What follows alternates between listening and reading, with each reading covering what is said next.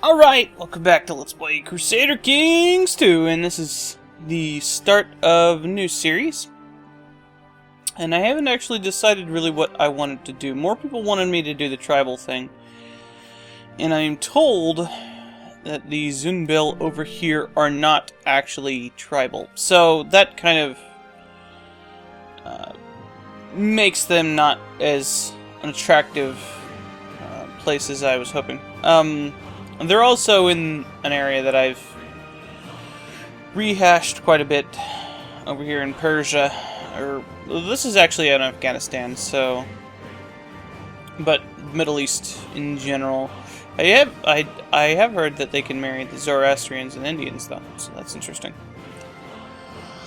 So that leaves the pagans in this general area. You know most of the map. It's actually everything east of the Carling lands is pagan, basically, with the exception of the Byzantine Empire. Maybe this. No, that's Slavic too. So, yeah. And of course, the most popular options were Scandinavia. Now, people brought up Saxony, and Saxony is an interesting choice. Saxony starts as a king. A rather powerful king. So you would think that would not necessarily be a challenging start, but there is an event. I actually started playing as this a couple of times. There is an event that fires that gives France a claim on your kingdom. And I figured, well, there's something to be said about taking on all comers, you know, and just weathering the storm a little bit. There are basically two ways of doing this that I've succeeded at, so I thought I might try to show that off. Now, one of the problems with this character is that he's random. He could be really good or really bad. And most of the time when you have a random leader, they're really bad. So I just want to kind of show off the situation he's in. And if he's any good, maybe we'll play him for a little while. 3 of 7, that's a good sign. He's alright. Okay. That's okay. So we are Chief Theodoric of Saxony. Of the Theodoric King.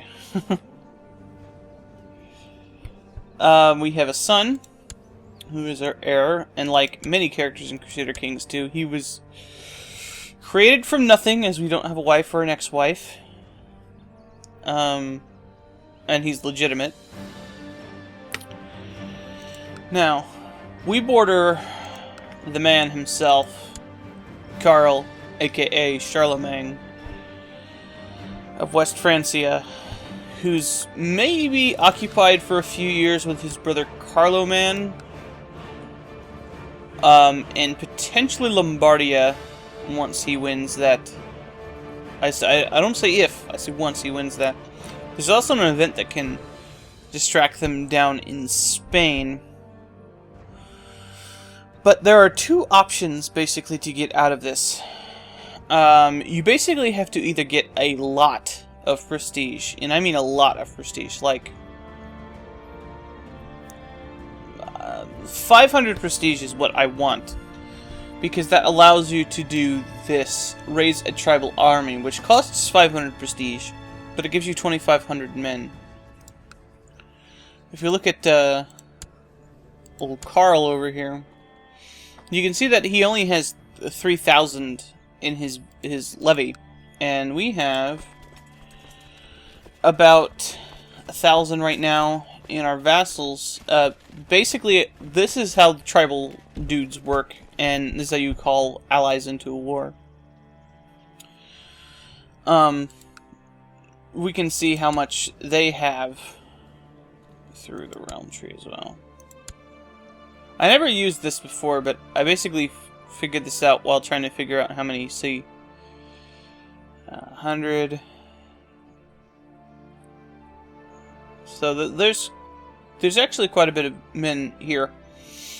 On paper, we kind of have parity with him, and that would be the case if their troops weren't much better. We have mostly light infantry, they have mostly heavy infantry, which is important to note. But we've got a little bit of time. Now, being in Gavelkind and having a decent enough heir, I may not want to... I should get married, but I may not want to have somebody who's going to have lots of kids. I believe they took away the option of killing your kids and stuff in Gavelkind. Now the advantage of Gavelkind is that we actually have a high domain size, so that's good.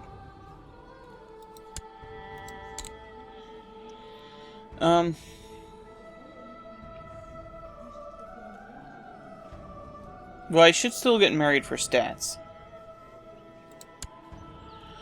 But we should wait a couple of years until more characters spawn. Or I could spawn a couple of things.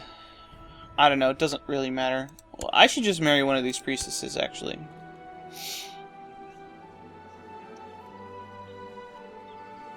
They'll have a penalty to stewardship. Or, not stewardship, a penalty to... their... fertility.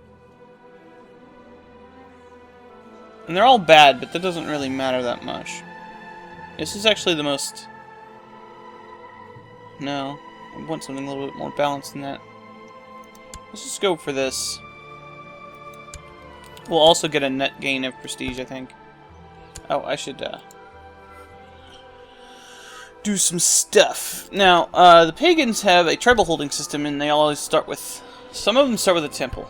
But there are basically things you can buy with prestige, which give you bonuses, and a couple of buildings that you can buy with money. Earth Hill Fort is basically your fort level. Market Village is your tax income.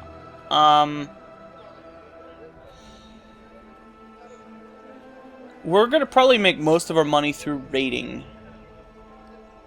So, if I can ever remember to do that. And I believe reforming your stuff, which would be my end goal to show how to do that, requires you to have some legalism. And oh, and I was told these unlock the viceroyalties for Emperor, King level stuff,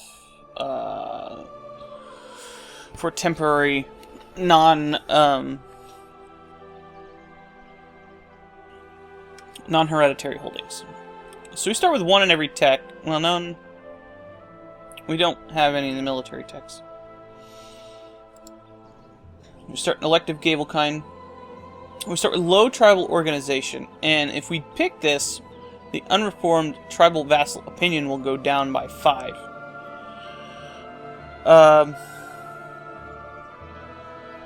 And this will allow us to centralize a little bit, which is probably a good idea.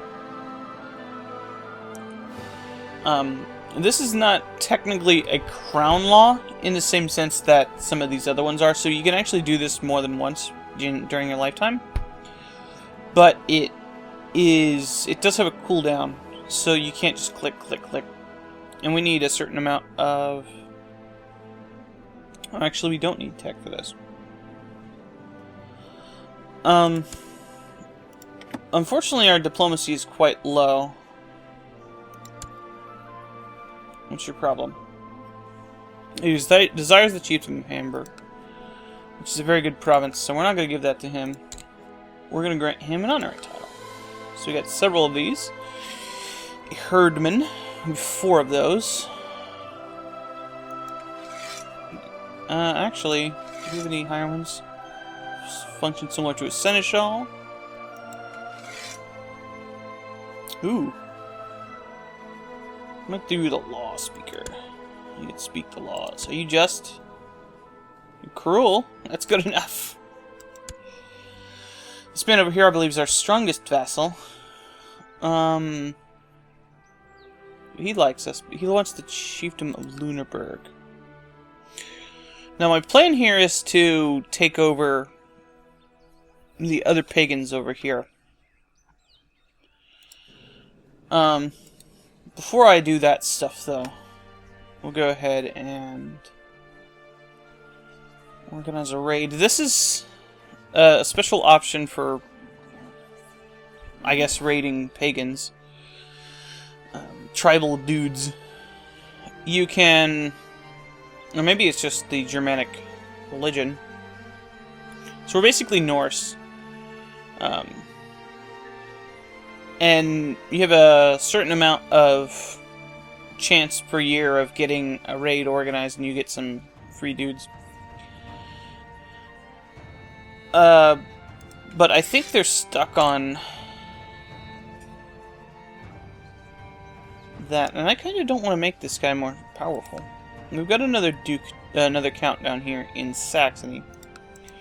I'd like to keep Saxony all to myself. This isn't actually part of Saxony. This is part of Brunswick. So this guy should get this. Once I get some more provinces, I'll do that. I'll probably end up giving away Hamburg eventually. I intend to expand it this way into Pomerania, because there's one of two options, as I said before.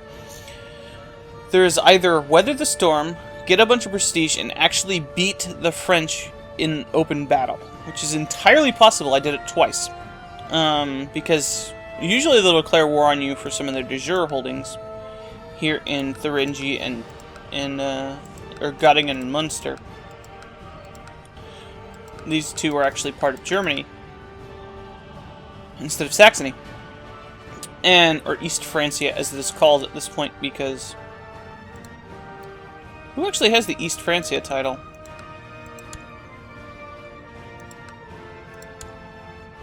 Nobody. So I guess they don't have a de jure thing except for ducal claims. Lombardy is Italy, and it changes to Italy once a Lombard is removed from power. So that's good. Should finish doing my guys.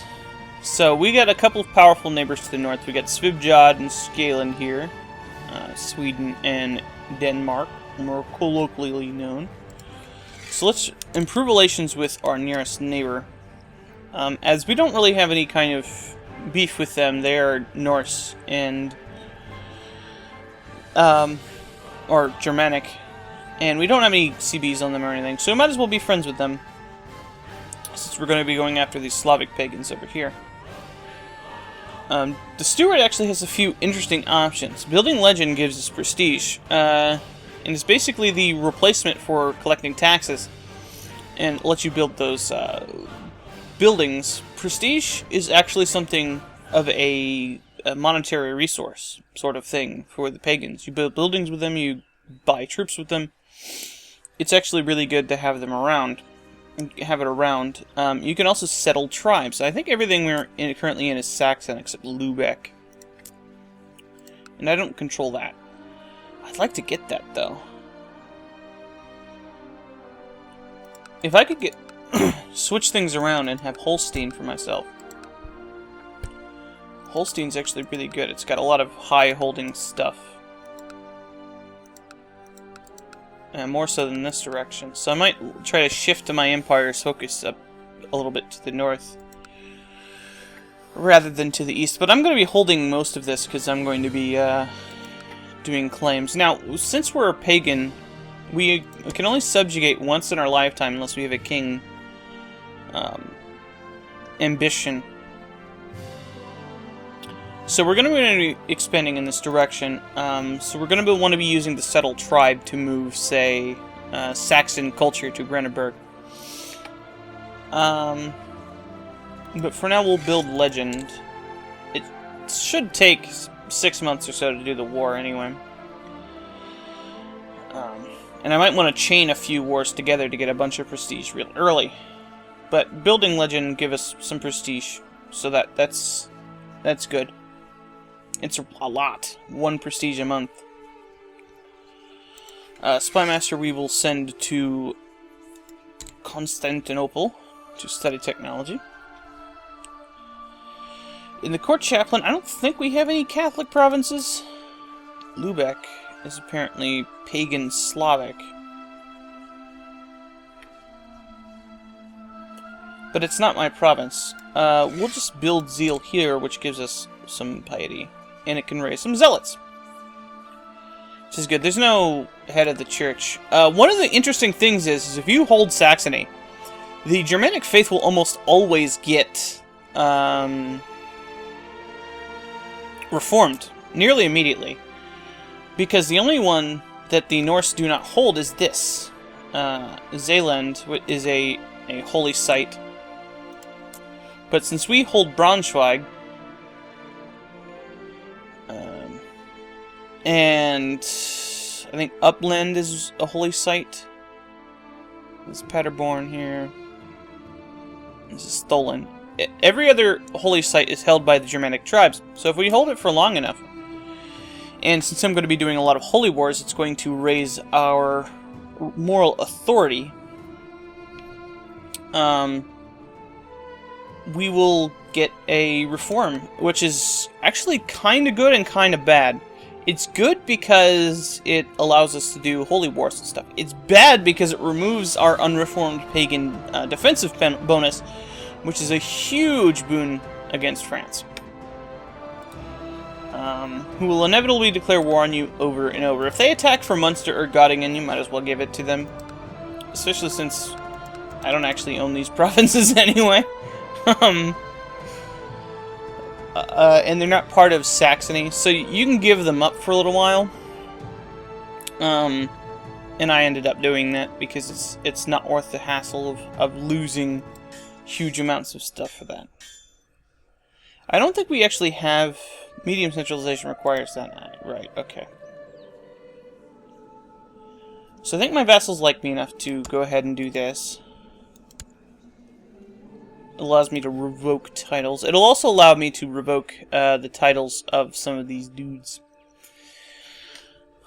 If we reform. So, pretty much immediately, we're going to be wanting to go after some of these dudes. And I think going after Brandenburg first is probably, which is what this province is, probably the best option since it directly borders us. So, here we get a call in allies thing, but you can just go into the military thing, call your allies, raise personal levies. I don't think we have the ability to build a retinue at the moment. They changed the numbers here. Maybe this is just for pagans, but we have a much lower retinue cap and stuff like that. I think I didn't do that either. Ooh, 8 extra guys. Now, us being Norse pagans, they will actually like it if I go to war. But if you reform it, yeah, let's just have a wash for prestige. And let's improve our... Becoming exalted among men is not necessarily a bad idea, as it will give us even more prestige. I'm quite likely to succeed on the martial and stewardship ones, though, because I'm only 2 points away. And I'd probably do that before I get the Exalted Among Men, but the problem is that the Exalted Among Men thing, you can only do if you're below a certain amount of stuff. It's only 100 prestige. And 1 diplomacy. And I think we get the Great title. But we can't raise our stats while we're doing it. It'll take a long time. We're not going to get a whole lot of prestige for doing these anyway. Well, we will. I take that back. Alright, go big or go home. We've got a decent heir. In any case. Now, it's a big part of the game when you're for pagan is keeping your vassals happy and doing stuff. So they approved that. That's good. That's a permanent -5 penalty. Now, we're going to be crossing a major river here. So we may want to walk around. We'll take more attrition going through. Oh, that's a terrible flank there, but whatever. We're going to have to go with it. Yeah, they don't even have a flank over here, so they're going to collapse pretty quickly. Okay.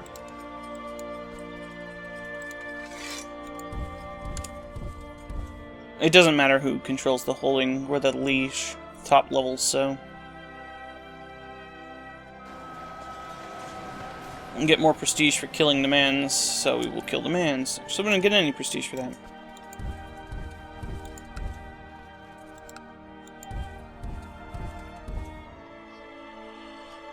He's only got 150 guys.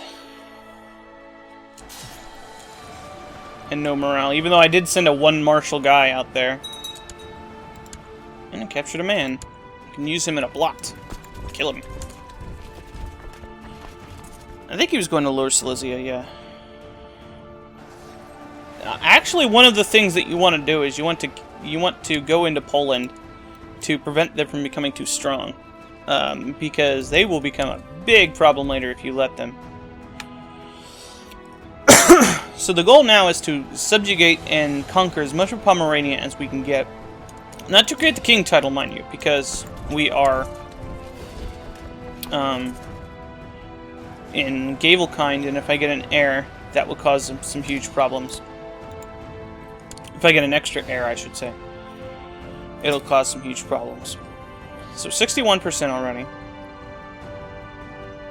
The only disadvantage to not sieging the provinces myself is that I don't get the money for it, but that's okay. One of the things I like to do is to alternate between wars and raids. What are you doing? They're not doing anything. Are you in hiding yet? You're not. So apparently the events haven't fired.